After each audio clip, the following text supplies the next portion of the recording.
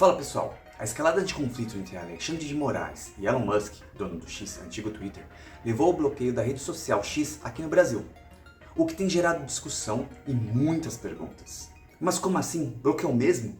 Como uma rede social pode ser bloqueada? E o que acontece com a minha conta? O que é essa tal de VPN que todos estão falando, que pode gerar uma multa super alta? Pronto para entender toda essa confusão e responder a essas e muitas outras perguntas? Bora embarcar! Você está no Copiloto Digital.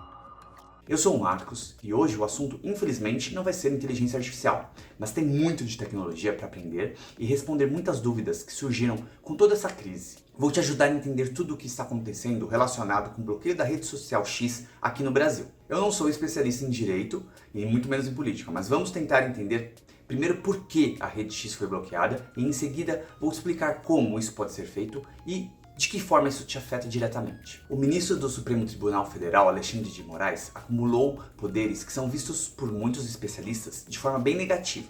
Isso aconteceu por seu gabinete acumular inquéritos e investigações controversas. O que começou com o inquérito das fake news em 2019. Depois disso, outros inquéritos foram criados, como os que investigam atos antidemocráticos e milícias digitais. O que é muito criticado pelos especialistas é que a relatoria de todos esses novos inquéritos foram mantidas no gabinete de Alexandre de Moraes, ao invés de serem sorteadas entre os outros ministros do Supremo. A justificativa para isso é que essas novas investigações poderiam ter crimes relacionados ao inquérito inicial. O fato é que isso acumulou muito poder nas mãos de Alexandre de Moraes, que já fez centenas de prisões, afastou até um governador e que tem pedido a suspensão de diversas contas de várias redes sociais dos investigados. Alexandre de Moraes pediu a suspensão de contas de investigados nas milícias digitais por discurso de ódio e ataques às instituições e indivíduos. Isso são questões muito sérias. A liberdade de expressão não significa direito para atacar outras pessoas ou instituições, nem fazer acusações sem provas. Muitos dos investigados têm realmente condutas muito inadequadas, mas outros têm gerado uma certa controvérsia. E é aqui que começa a confusão com Elon Musk e a sua rede social X. As suspensões de contas dos investigados têm sido encaminhadas para as empresas donas dessas redes antes mesmo desses investigados terem o direito de se defender, o que realmente parece ir contra os princípios da justiça brasileira, e é um dos principais pontos de crítica às ações de Alexandre de Moraes. Vamos rever rapidamente como essa crise começou e alcançou a esse nível. Em 8 de abril, Elon Musk ameaça não cumprir ordens judiciais do ministro, entre elas o bloqueio de perfis na rede X de diversos investigados desse inquérito das milícias digitais, que o Alexandre de Moraes é o relator.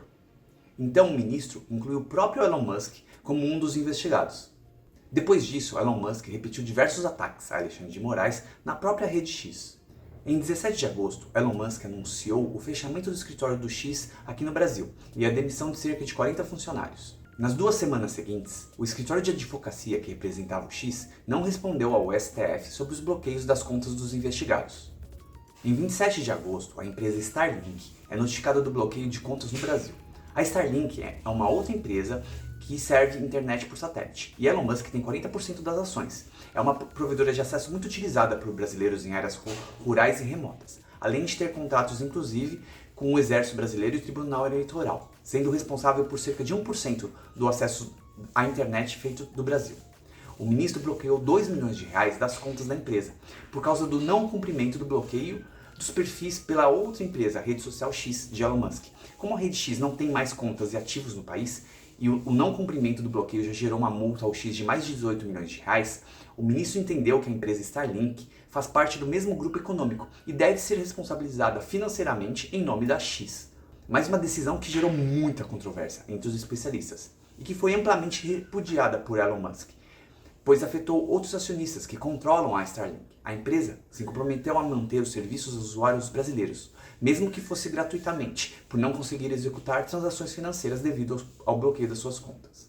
No dia 28 de agosto, Alexandre de Moraes informou Elon Musk, utilizando o próprio perfil do STF na rede X, a apresentar um representante legal no país, que é uma determinação do Código Civil Brasileiro para empresas estrangeiras, sob a pena de suspender as atividades de qualquer empresa no Brasil que não tenha um representante. 30 de agosto, Alexandre de Moraes determinou a suspensão da rede X no Brasil.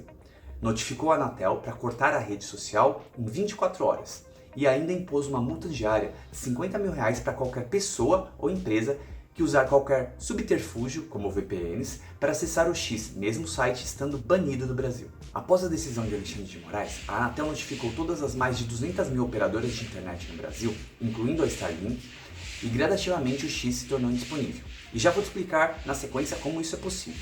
2 de setembro, a primeira turma do STF aprovou por unanimidade o bloqueio do X. A turma é composta por 5 dos 11 ministros, incluindo Alexandre de Moraes e outros 4, que seguiram com ele. O plenário do STF divide os 11 ministros em 2 turmas de 5, mais o presidente do STF. Algumas decisões de um único membro precisam ser validadas ou pela turma ou por todos os membros no plenário. No início, a Starlink se pronunciou indicando que não cumpriria a ordem de bloquear o X, até que suas contas fossem desbloqueadas, mas no dia 4 de setembro acatou a decisão e tirou o acesso ao X. No dia 6 de setembro, a empresa começou a retirar seus funcionários não brasileiros aqui do país e avisou para eles não venham mais ao Brasil. Como vimos, existe muita controvérsia nesse caso. O Partido Novo entrou com uma ação contra a decisão de Moraes, argumentando que a suspensão do X caracteriza censura prévia e ofensa às liberdades de expressão e de comunicação social. Na mesma linha, a Ordem dos Advogados do Brasil, a OAB, contestou a aplicação de multas diárias no valor de 50 mil para pessoas e empresas que burlarem a suspensão da plataforma utilizando redes virtuais privadas, como VPN. A OAB afirma que a aplicação de multa cria ilícito penal e civil oponível a número indeterminado de pessoas. O ministro do STF, Nunes Marques, foi sorteado para avaliar esses 2 pedidos e solicitou um parecer da Advocacia Geral da União e da Procuradoria Geral da República. De acordo com a evolução, essas questões podem ser levadas para discussão em plenário, com todos os ministros sendo obrigados a se posicionar. E esse é um pequeno resumo de tudo o que está acontecendo. E como não sou especialista nessas áreas de direito e política, replico apenas a opinião de outros especialistas que ressaltam erros e principalmente exageros dos 2 lados. Segundo o professor da USP, Pablo Hortelado, em entrevista a canais de notícia, esse conflito entre Moraes e Musk prejudica a democracia brasileira. Segundo ele, é uma disputa que está tão polarizada que as pessoas estão tendo dificuldades para encontrar os nuances. O pessoal que vê a postura de Musk com preocupação tende a justificar todas as medidas de Moraes e vice-versa, mesmo elas sendo controversas e talvez até algumas ilegais. As leis brasileiras devem ser respeitadas por todos, inclusive grandes empresários e empresas como Elon Musk, o X e a Starlink. Da mesma forma, os líderes e representantes dos poderes brasileiros, como Alexandre de Moraes, devem ser razoáveis e respeitar as leis e os processos. Além disso, os poderes de indivíduos devem ser limitados por meio dos processos e instrumentos já existentes, como sorteio e distribuição de investigações no STF. O que me deixa triste como cidadão brasileiro é ver o impacto dessa disputa, mais uma vez, recair sobre nós. Agora que entendemos um pouco mais por que esse bloqueio aconteceu, vamos à parte que realmente é nosso foco aqui no canal. Como funciona a tecnologia por trás disso tudo? Antes disso, não deixe de se inscrever no canal e acompanhar os comentários para ficar atualizado de toda essa situação. E não esqueça de ativar as notificações, hein? Mas afinal de contas, como se pode bloquear o acesso de um país a um serviço de internet como a rede social X? Isso pode afetar as contas de todos os mais de 22 milhões de usuários do X aqui no Brasil? O que são as VPNs, que parecem ter um papel tão importante nessa história toda? As redes sociais, como o X, são serviços disponibilizados através da rede mundial de computadores.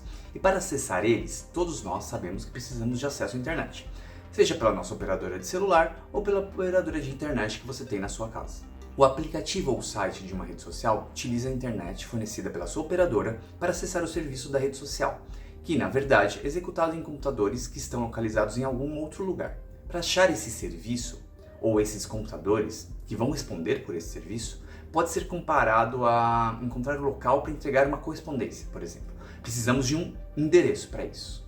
A empresa que cria um serviço na internet, ela normalmente registra o que a gente chama de domínio, por exemplo, copilotodigital.com, e associa a esse domínio um endereço IP, que no formato mais conhecido, o IPv4, é uma sequência de números como 154.49.247.42, ou no formato mais moderno, o IPv6, seria algo mais ou menos dessa forma. Então esse é o endereço.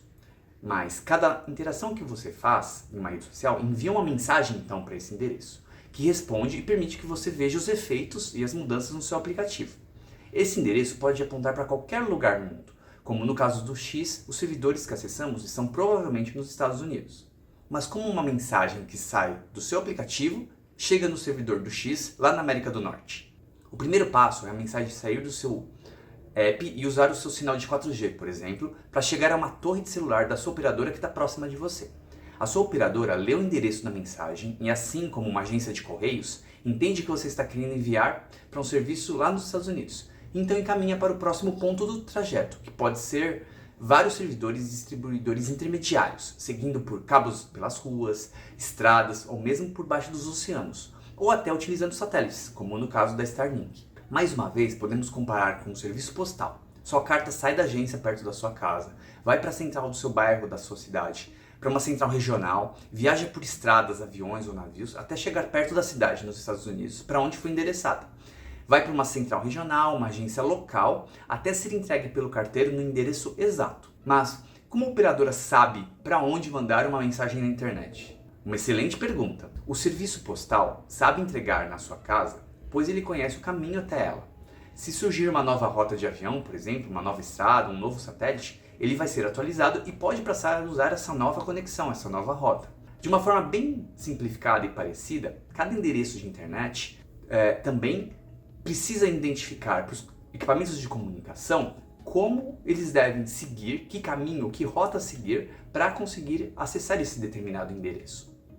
E para isso, os equipamentos intermediários eles perguntam se já existe um caminho para esse endereço. Empresas e serviços específicos, por exemplo, quando você contrata um servidor, fazem o papel de divulgar e responder esse pedido de localização e caminho para acessar o endereço. Conforme eles vão obtendo resposta, os sistemas intermediários, os equipamentos intermediários vão armazenando os próximos passos do caminho para que um determinado destino seja entregue. Normalmente eles fazem isso usando umas espécies de tabelas, que são constantemente compartilhadas e atualizadas. Dessa forma, podemos aprender que os equipamentos de sua operadora possuem tabelas que indicam para onde enviar as mensagens que seu app, por exemplo, do X, precisa para enviar para os servidores do X nos Estados Unidos, que vão responder e permitem a sua interação com essa rede social. Mas acontece que, quando necessário, os mapeamentos para alguns desses endereços podem ser sobrescritos nesses equipamentos pelas suas operadoras. Assim, quando notificadas de forma bem simplificada, as operadoras podem fazer com que as mensagens para os endereços pertencentes a um servidor ou um serviço ou a uma empresa não sigam sequer para o próximo passo da rede. É mais ou menos como se a carta que você deixou na agência de correios, perto da sua casa, fosse jogada pelo funcionário no lixo, ou então que a agência mandasse a carta de volta para sua casa falando que não pode entregar. E assim, todos nós brasileiros ficamos sem conseguir usar um serviço como o X, pois as nossas mensagens não são mais enviadas pelas nossas operadoras até o caminho do servidor que vai poder nos responder às requisições da rede social. E isso não afeta nada a sua conta na rede social. Essas são outras informações que fazem parte dos dados que são armazenados dentro dos servidores do X, continuam lá nos Estados Unidos. Não foram apagados, não estão bloqueados. Se você pegar um avião, por exemplo, até Buenos Aires e tentar acessar sua conta utilizando a operadora de celular da Argentina ou a rede do hotel, você vai ver que tudo continua funcionando e você vai conseguir ver todas as novas mensagens. Mas talvez não tenha muitas postagens de brasileiros atualmente.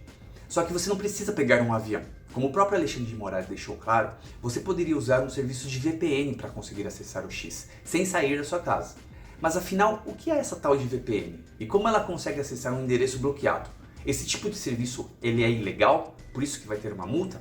Uma VPN é uma sigla para Virtual Private Network, ou rede virtual privada. Um tipo de serviço totalmente legal, que é muito utilizado por quem quer mais segurança na sua comunicação. Inclusive, muitas empresas exigem que seus funcionários se conectem utilizando uma VPN para acessar os sistemas e as informações a partir dos dispositivos de cada um dos funcionários.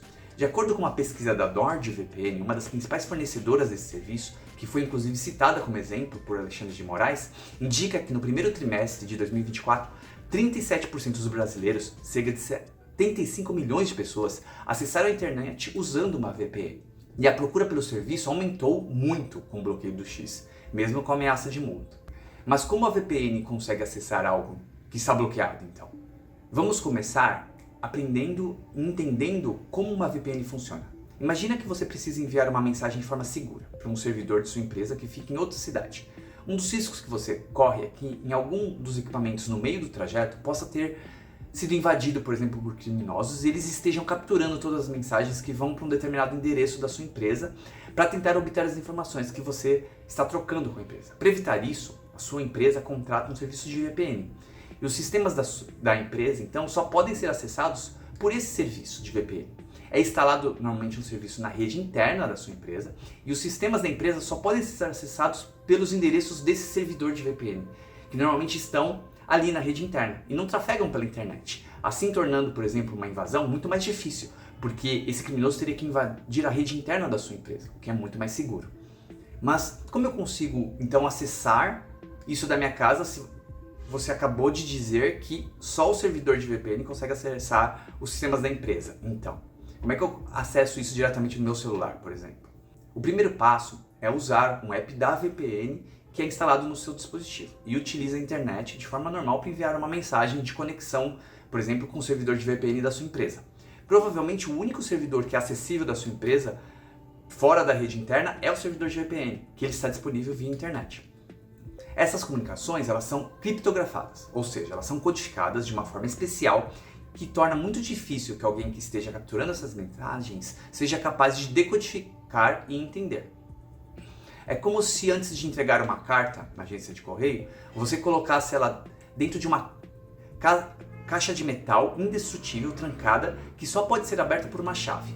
E a única pessoa que tem a chave é a pessoa que vai receber a carta. Então ela vai conseguir então abrir essa caixa de metal quando for entregue no endereço. Assim, ninguém tem acesso à carta real, apenas a caixa de metal, que é onde a carta está criptografada, na verdade, né? No caso das mensagens da internet. Uma vez que você se autentifique corretamente utilizando diferentes maneiras para garantir a segurança com, por exemplo, senhas e tokens, você consegue se autenticar com o servidor de VPN da sua empresa. Às vezes é mais difícil até do que acessar seu banco. Então, o processo começa você se autenticando com o servidor de VPN da sua empresa. Uma vez que você consegue autenticar corretamente, usando diferentes maneiras, por exemplo, senhas e tokens, o que muitas vezes é mais difícil que acessar seu próprio banco, o servidor da VPN da sua empresa estabelece então o que a gente chama de conexão privada com um app de VPN no seu dispositivo.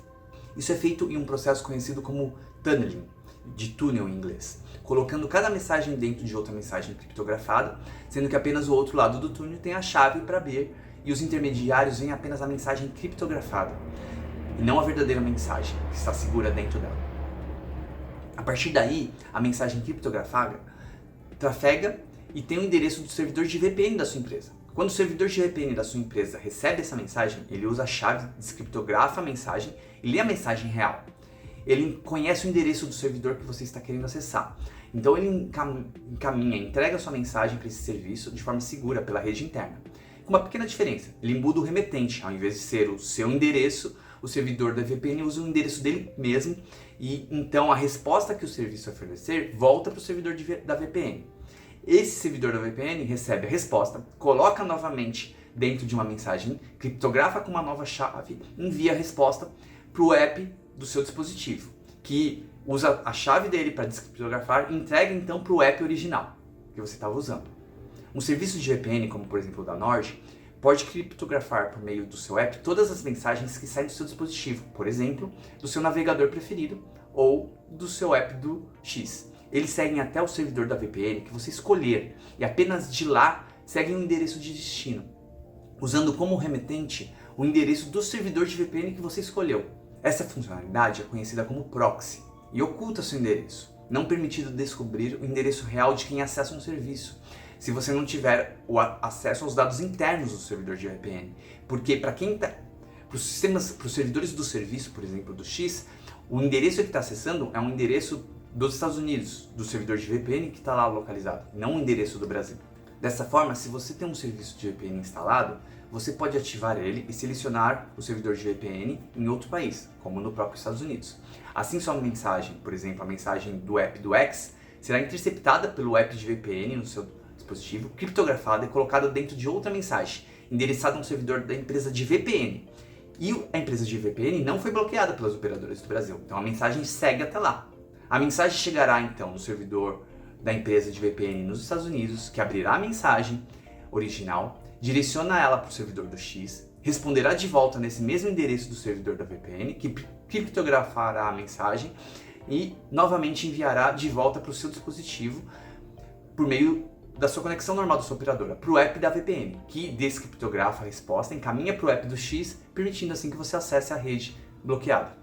Toda a segurança envolvida nesse processo torna muito difícil para que alguém descubra quem acessou a rede social X sem que os serviços de VPN forneçam informações sobre isso. Os especialistas técnicos entendem que a medida de definir uma multa para o uso do X mira muito mais em dois outros fatores. Primeiro, criar um medo do usuário comum de usar a rede, reduzindo seu acesso drasticamente, uma vez que se torna mais difícil e custoso acessá-lo.